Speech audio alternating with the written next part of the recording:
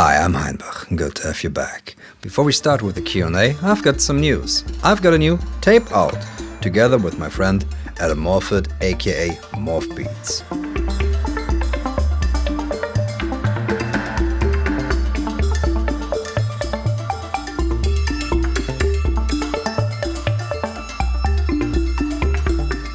This album came about when I first heard Adam play his music on Instagram, and he played the instruments that he designed himself, and I was fascinated by that sound that I immediately put the phone speaker to the microphone that I had stuck to the Ciat Lonbarde Tocante and made a track out of that.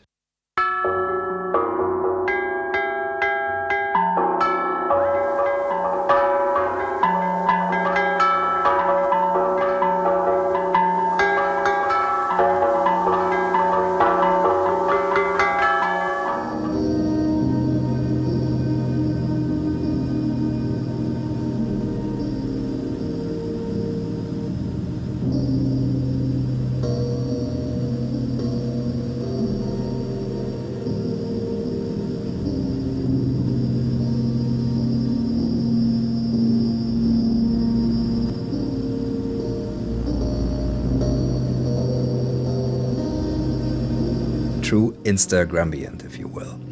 And from that, there developed a friendship, and I played his instruments, and he sent me sounds, and I sent him sounds, and we recorded this album over the stretch of, I think, half a year. And later we turned this basically pen friendship into a real friendship when he invited me over to come to Colorado, and there we recorded another album, which I don't know when that will come out. But now, this is the first release from us, and it's out on Gohan tapes, and it's available on cassette and digital, and I'm gonna put it on Spotify and iTunes in a week or two. The artwork on this album was done by Paul Leonard, who worked on the original Nintendo Star Fox game.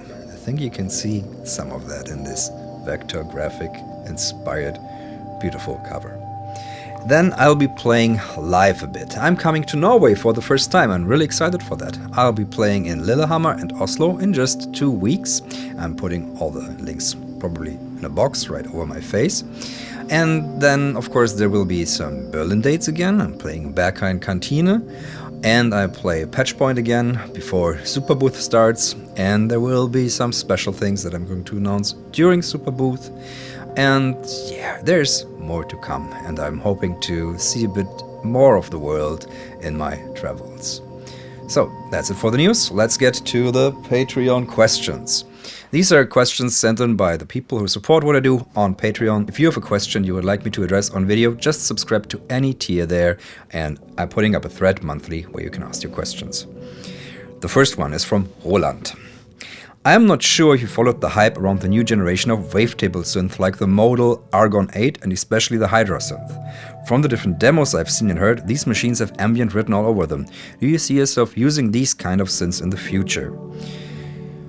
Maybe. I haven't really followed up on the whole wavetable synthesizer hype again, which is curious because I absolutely love wavetables, and my favorite synth of all time probably is the Waldorf PPG2 because it just sounds incredible.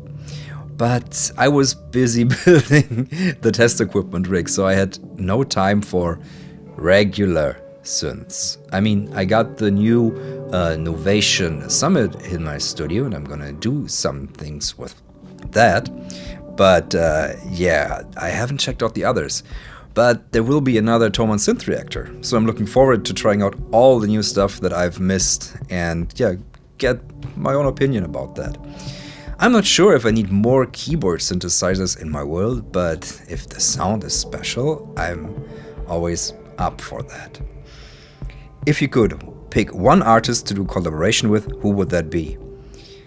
Alive or dead? I mean, if I can choose like dead people, that would be Francis Bébé, whose works I admire. He did beautiful stuff with the Mbira, Kalimba, and I think he would just be such an educated and genuine person to work with, just from the music and from his writings.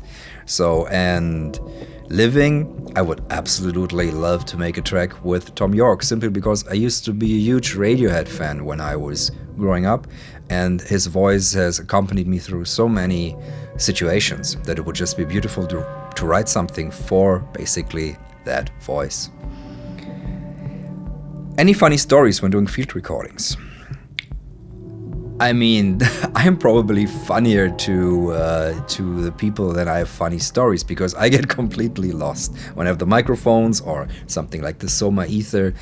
It's a different world for me, and I don't notice what other people are doing. I notice the sounds, but I might have the funniest thing actually on a video, which I'm gonna link. You can just click there or there and watch that.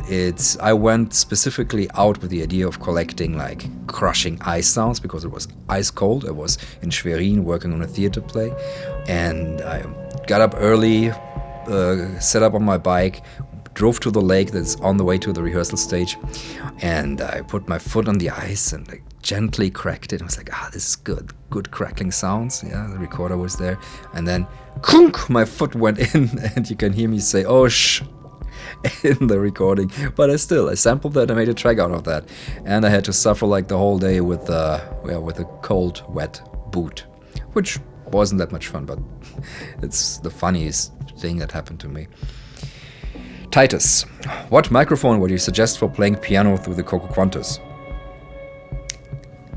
If it's in the studio and you're not worried about feedback, this one. This is a Sennheiser MD21U, and it's an amazing mic because it picks up omni, so you've got a Kugel is the German word, so you can get more of the piano and not just the thing you're pointing it at. And that microphone works really well for me.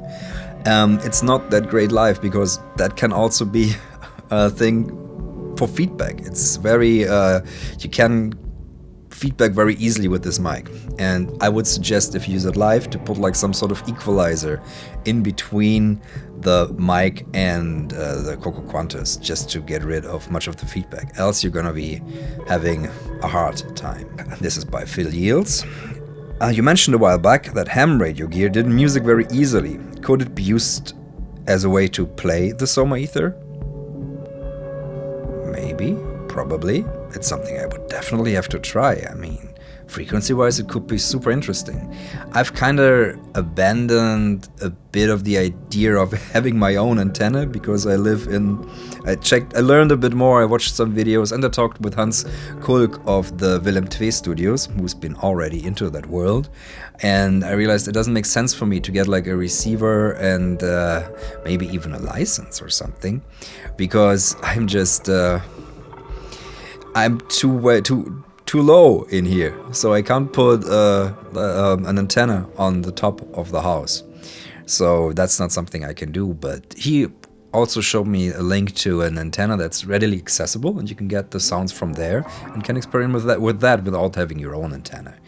And actually, I think what I learned is that in the Stockhausen pieces that I like, they weren't using radio receivers. They were using actual, like, just powerful shortwave receivers, something like a Weltempfänger and stuff like that, and not real like ham radio stuff. So that could be, I mean, there are instruments like the Coma Field Kit that have the radio built in because of things like that, because of what Stockhausen pioneered. I think if he pioneered it, maybe also John Cage. It depends. It was a whole world of people coming up with the idea of using radio in their music. But again, with the ether, it's just something I would personally have to try. But it might also be difficult. One thing might be difficult because you would become a broadcaster, and in Germany this requires licenses. So I would need like a license to broadcast and then pick it up. So that might be maybe more trouble than it's worth for the sound, but could still try. Are you performing in the UK again anytime soon? Likely, because I'm working on a follow-up to Impulsgenerator, which came out on a London label, and I'm looking into doing that with them again. And I finally found ways that I can do what I did on that EP, the Impulse Generator EP, and expand on that. Because that was kind of a trouble I was in. I thought this EP is actually really good. How can I do something that is better? And then I started imitating myself. But instead, I've now invested a lot of time and work in making the whole setup more musical. Hence my videos on the Brilliant Key Multiplexer and everything. So I could have more ways to approach the music and make actually better music without losing what makes the test equipment and especially the Impulse Generator EP so powerful, the rawness. So, and yeah, if the album comes out this year, which I hope, I'll definitely maybe be doing a show in London for the release. I mean, that's like the general plan. Ville Heivönen, I hope I got that right, asks, have you totally given up on the OP-1? Well, I mean, it's complicated, because the one thing that I don't like about the OP-1, it's actually two things, and it's doing it right now. I mean, it has basically, it's beautifully designed, but it has one bug, and that is that this on switch is super sensitive. If dirt gets in there, it will turn on and off, which is just doing it right now to demonstrate. You see, it turns on, turns off, it turns on, it turns off. It's just not very, really reliable in that regard. And I exchanged the I/O board, but basically you just need to clean that switch again and again. So if you don't keep it in its case all the time, and it will exhibit that bug. But my unit is from 2012. I've had this 8 years. So the thing is, if it's not reliable, and that's not a good thing, especially because I play live and I use it live a lot. But also the price, I can't really justify to replace it with a new unit. It's just too much. It's too much. Price is too high. So I kind of weaned myself off it, and I'm now using the iPad. And there are many exciting possibilities on the iPad that I'm now exploring, and I'm really, really happy with. Titus again. Sorry, another Ciat question, meaning Ciat Lonbarde instruments that I play. The Tocantes look really interesting. Do you still use them in your music these days? If so, which ones? I've used the ones I've always had, and I still use them. And this is the Tocante Copper, and this is the Tocante Fasci. And they sound like this. Okay.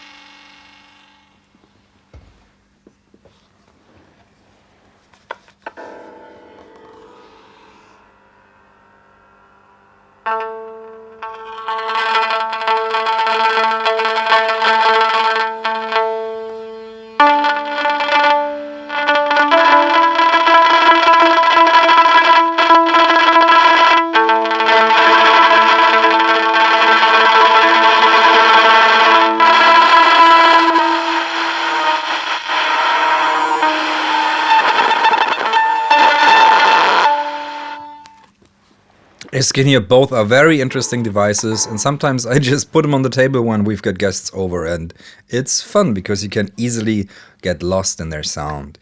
And there is one problem, it's winter, and these recharge only via this battery. You can run them off a power cord somewhere here, yes, you can run them off an external power supply, but kind of the fun is that it's just this one thing, and I love playing it into a microphone and recording it directly from the speaker. And the next question is by Der Siculus, is also Tocante related. The jack on the Tocante is not for headphones, or at least won't play through headphones, so what is it for? And this is just a jack for a mono jack cable, mono mini jack cable. And yeah, you probably have to use a DI, else there's a lot of hum, like ground hum, but with the DI it should be fine. So that's what this is for. You can't drive headphones indeed with it because that amp is not powerful enough. So I can recommend all the Tocantes. They all have their own special sound, and you just have to pick the one that you immediately react to first and then build up from there. Peter also does workshops from time to time. That is where I picked up the carpet cheaply, basically. I built the Red Fushy, which is just the same but a lower scale. But so I exchanged that for a Carper, which is a really fascinating instrument. Yeah, but again, better for the summer or when there's sun. John Van Beek. Do you often find yourself in situations where you can't tell if you're busy pleasing your inner gearhead or composing music? I find it's a fine line for music technologists between making music and making collages of recording of me playing my gear, like a guitarist who might be more occupied with showing his licks than serving the music. I'm a musician first above all, and that is why the hardest thing for me to do is like a synthesizer demo. I mean, I could never do what like Loop Pop and Bow Beats and those people do, like really get under the hood of a synthesizer, compare everything. When I take an instrument, for me that's like the hardest part, because for me it's boring. I'm unafraid to say that, because I care about the music and the sounds that I can make with these. When I demo a synthesizer or some like a tool that I find exciting, and I add basically these parts where I talk about it to, as a service, as something that I think people will enjoy and want to know about. And it's also for me to educate myself more about the instrument, so I go in detail about different shapes and how it works and everything. But it's not what I'm really interested in. That is why usually I work sometimes longer on the music for each video than I work on the recording of the demo part, because that's just more dear to me, and that's where my fun lies. And sometimes I make even like these little mini EPs I could release to some instruments, like the Joel Effect Stretch Weaver, or other instruments like the Mood. It's just a pedal, but it feels like an instrument. But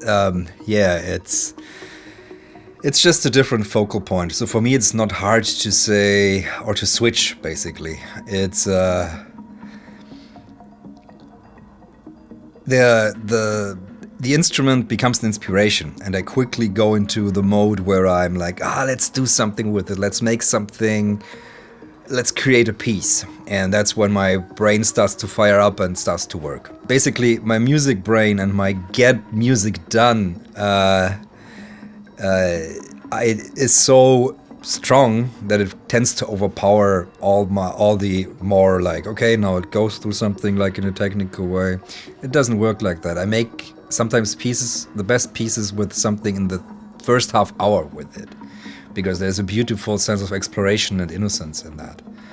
Yeah, so I hope that answered your question. Jared Mayo. Do you use a preamp or DI to interface contact microphones with synth and other equipment? I do. The Coco Quantus has a built-in piezo preamp, and that's basically what I use mostly, and it makes it sound much better than if it was just a line-in, because a microphone needs a good preamplification.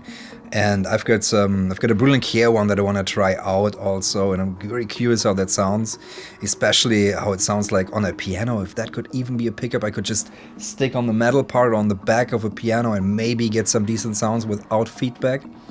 But a good preamp and or DI is helpful.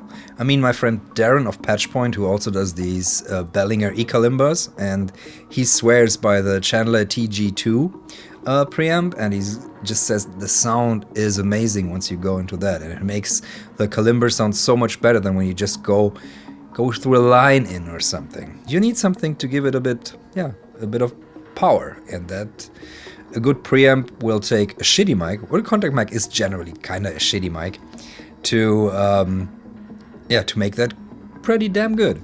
So definitely use a nice preamp or use a DI if you want a better sound out of your contact mic. Philippe, I realized that the Report Monitor 4400, that's an Uher tape machine, I have, although great, doesn't exactly suit my needs, and the 4200 would be more on point with what I want to do, recording one stereo line signal. The idea being, since I don't ever intend to be recording 4 tracks, I might as well use the full width of the tape for my stereo signal. Do you think it makes sense to put up a trade offer? My 4400 for you 4200.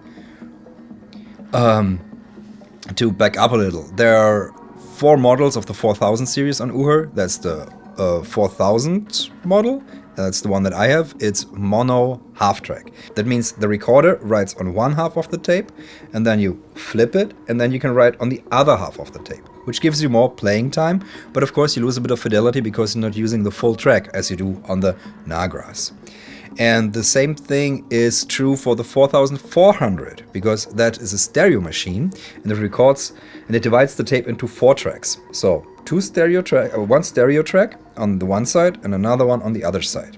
And the 4200 is just basically a stereo machine, and it just uses 2 tracks. So theoretically, it should sound better, especially in the bass regions, but I haven't tried that actually. I mean, and I tried to just look at some of the specs, and just from the half hour that I spent on that, I could only find specs that were across all the machines and signal to noise ratio and stuff, and I couldn't find anyone comparing the quality of the sound. So I can't say whether it will sound that much better, but I think there are still people who like to use tape machines, real tape machines, to do field recording because it has a special sound. So there's something like extra playing time, especially with how expensive and rare these small spools of tape have gotten, is beneficial. So if someone that would be an application where I would see why someone would choose the 4400 over the 4200. So by all means, just put up a trade and see if someone bites. That's it, I think, for the questions. Or do I have one more? Nope. If you want to have your questions answered in a video, just join any tier on the Patreon, and I'm putting up a monthly thread up there. And the Patreon is what enables me to do these videos and basically, put so much time into this. So thank you all for supporting me here. Now, enjoy the new album.